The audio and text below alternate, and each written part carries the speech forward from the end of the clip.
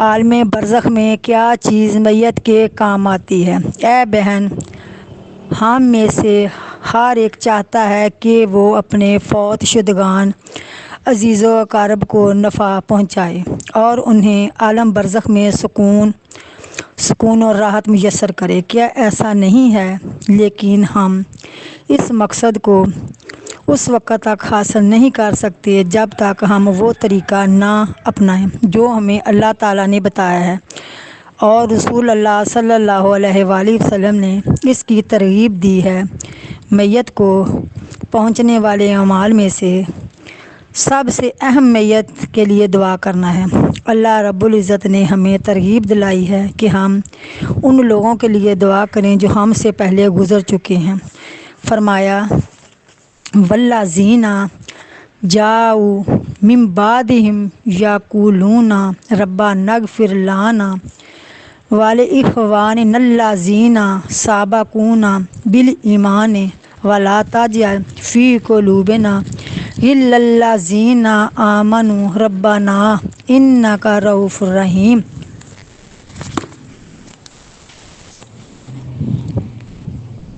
اور ان لوگوں کے لیے کامیابی ہے جو ان کے بعد آئیں، جو کہیں گے کہ اے ہمارے پروردگار ہمیں بخش دے اور ہمارے ان بھائیوں کو بھی جو ہم سے پہلے ایمان لا چکے ہیں، اور ایمانداروں کی طرف سے ہمارے دل میں کینہ نہ ڈال۔ اے ہمارے رب، بے شک تو شفقت اور مہربانی کرنے والا ہے۔ زندہ لوگوں کی طرف سے مردوں کے لیے جو صدقات نفع بخش ہیں، ان میں سے صدقہ جاریہ اور علم نافع بھی ہیں۔ حضرت ابو ہریرہ رضی اللہ عنہ فرماتے ہیں کہ اللہ کے رسول صلی اللہ علیہ وآلہ وسلم نے فرمایا، جب انسان مر جاتا ہے تو اس کے عملوں کا سلسلہ ختم ہو جاتا ہے سوائے 3 عملوں کے جو کہ درج ذیل ہیں۔ نمبر 1 صدقہ جاریہ، نمبر 2 علم نافع، نمبر 3 نیک اولاد جو دعا کرے۔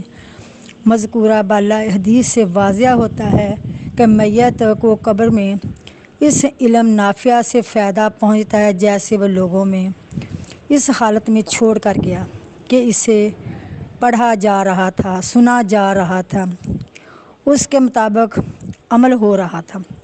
اس حدیث سے یہ بھی پتہ چلتا ہے کہ بلائی کے کاموں پر خرچ کرنا جائز اور مستحب ہے۔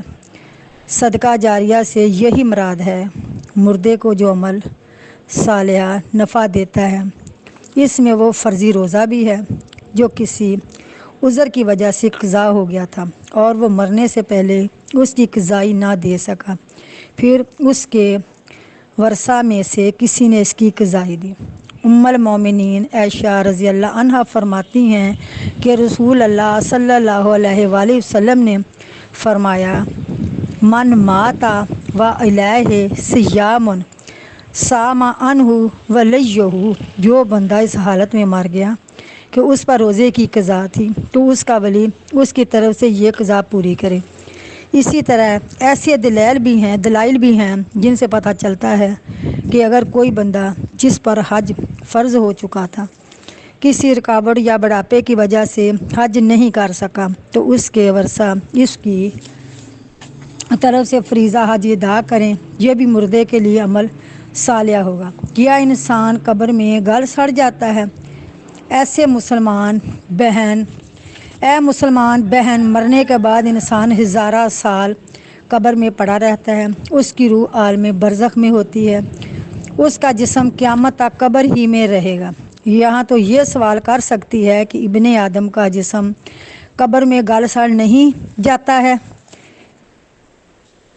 یہاں تو یہ سوال کرتی ہے کہ ابن آدم کا جسم قبر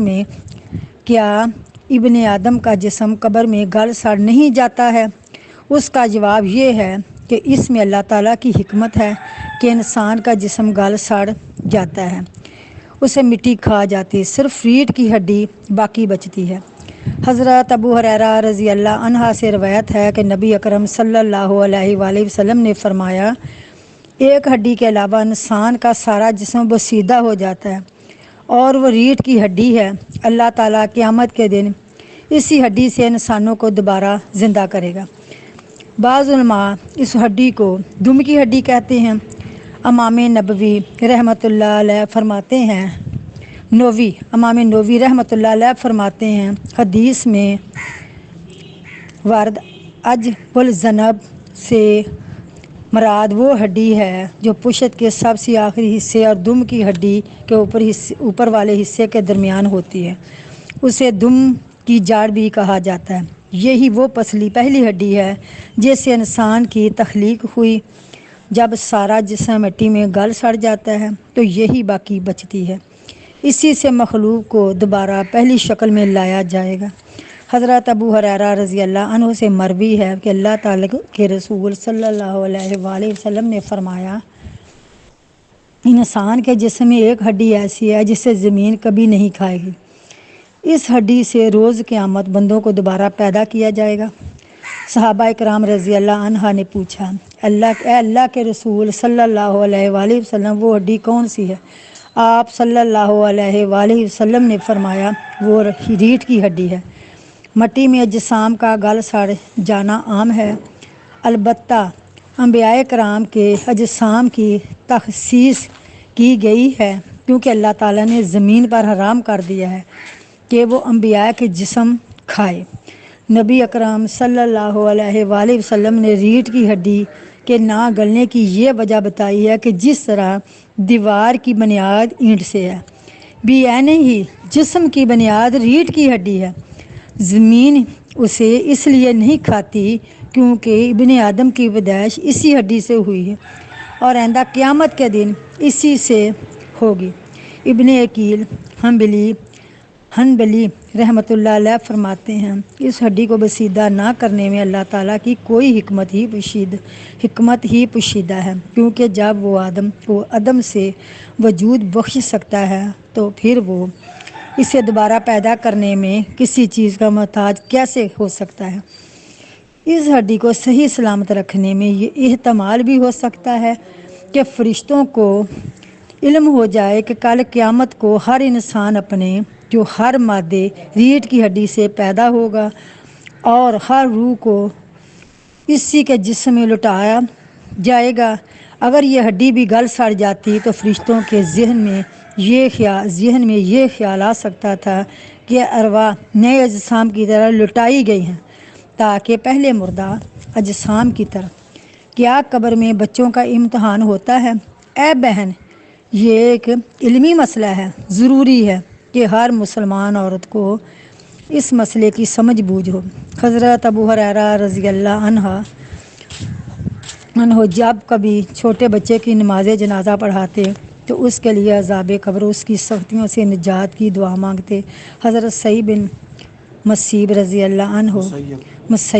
اللہ عنہ تو یہاں تک بتاتے ہیں کہ اگر ابو ہریرہ رضی اللہ عنہ کسی نوابزادہ بچے جس نے کوئی غلطی بھی نہیں کی ہوتی کی نماز جنازہ بھی پڑھاتے تو فرماتے، اللہم اجرہ من عذاب القبر، اللہم کہ ہی فتنات القبر، اے اللہ اسے عذاب قبر سے نجات دے، اے اللہ اسے قبر کی آزمائشوں سے محفوظ رکھ۔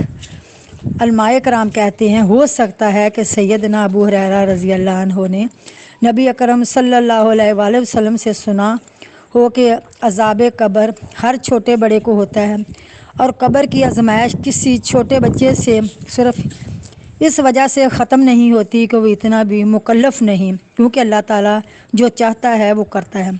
امام قرطبی رحمۃ اللہ علیہ فرماتے ہیں، اگر لوگ سوال کریں کہ تمہارے نزدیک چھوٹے بچے کا کیا حکم ہے، کیا اس کا امتحان ہوگا، تو ہمارا جواب یہ ہے کہ اس کا حکم بالغ مرد جیسا ہی ہے۔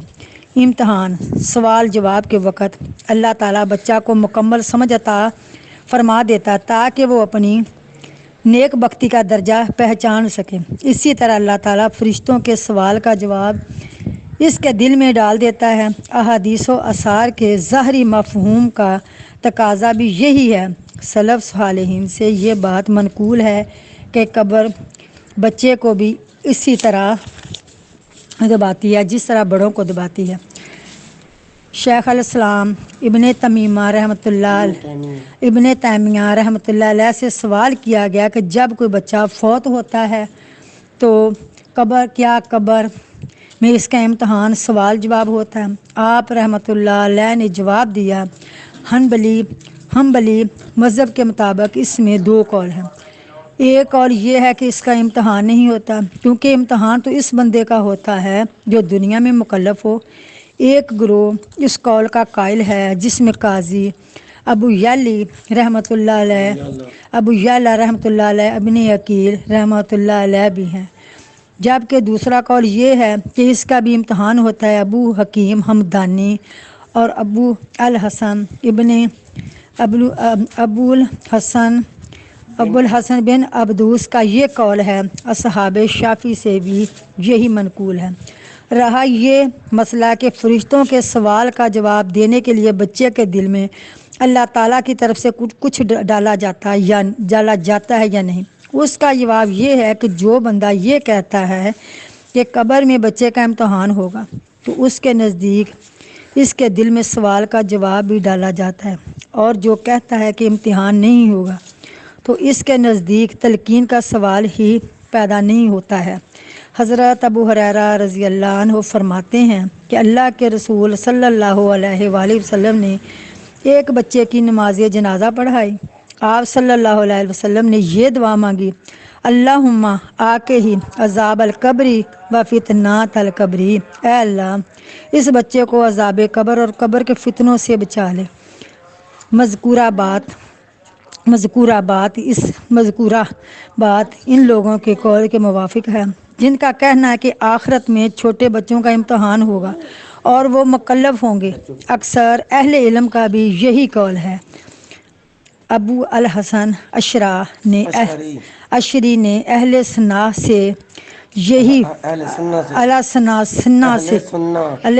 سے بھی یہی بات نقل کی ہے اور خود بھی اسی کو اختیار کیا ہے۔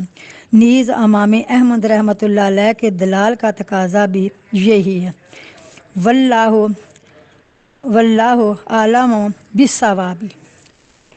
امام سیوطی رحمۃ اللہ علیہ اپنے رسالہ رقم 53 ہیں، قبر میں منکر نکیر ہر بندے سے سوال کریں گے یا کوئی اس سے مستثنا بھی ہے؟ نیز کیا بچوں سے بھی سوال جواب ہوگا؟ مذکورہ سوال کے جواب میں امام رحمۃ اللہ علیہ فرماتے ہیں، منکر نکیر ہر بندے سے سوال نہیں کریں گے بلکہ شہید اس سے مستثنا ہے۔ حدیث مبارک میں آتا ہے کہ نبی اکرم صلی اللہ علیہ وآلہ وسلم سے سوال کیا گیا، کیا قبر میں شہید کا امتحان ہوگا؟ آپ صلی اللہ علیہ وآلہ وسلم نے فرمایا، ان کے لیے میدان جنگ میں ان کے سروں پر چمکتی ہوئی تلواروں کی آزمائش ہی کافی ہے۔ امام قرطبی رحمۃ اللہ علیہ نے اپنی کتاب التذکرہ میں حکیم ترمذی کے حوالہ سے کچھ نقل کیا ہے کہ جس کا لباب یہ ہے، اگر شہید کے دل میں نفاق ہوتا تو وہ لڑائی کے وقت تلواروں کی چمک دیکھ کر ہی بھاگ جاتا ہے، کیونکہ منافق کی خصوصیت ہی یہی ہے کہ وہ ایسے وقت میں بھاگ جاتا ہے جب کہ مومن بندہ ایسے موقع پر فراخ دلی کا مظاہرہ کرتا ہے اور حالات کے پیش نظر سر تسلیم خم ہوتا ہے۔ اب جب مارکا کارزار میں اس کے نفس کی سچائی ظاہر ہوگی تب قبر میں اس کا دوبارہ امتحان نہیں لیا جائے گا۔ امام قرطبی رحمۃ اللہ علیہ مزید فرماتے ہیں، جب شہید کی آزمائش نہیں ہوگی تب صدیقین کو بالا ولی نہیں بالاولا نہیں آزمایا جائے گا، کیونکہ اس کی قدر و منزلت تو شہید سے بھی زیادہ ہے۔ ان کے علاوہ درج ذیل بندے بھی سوال و جواب سے مستثنا ہیں۔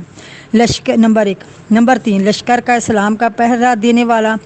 نمبر 4 پیٹ کی بیماری سے مرنے والا۔ نمبر 5 ثواب کی نیت سے طاعون زدہ علاقے میں ثابت قدم رہنے والا، اگرچہ اس کی موت طاعون کے علاوہ کسی اور بیماری سے ہی کیوں نہ ہو۔ نمبر 6 حافظ ابن حجر نے بذل المعون میں تصریح کی ہے کہ زیادہ صحیح قول کے مطابق بچے بھی مستثنا ہیں۔ وآخر دعوانا الحمد للہ رب العالمین۔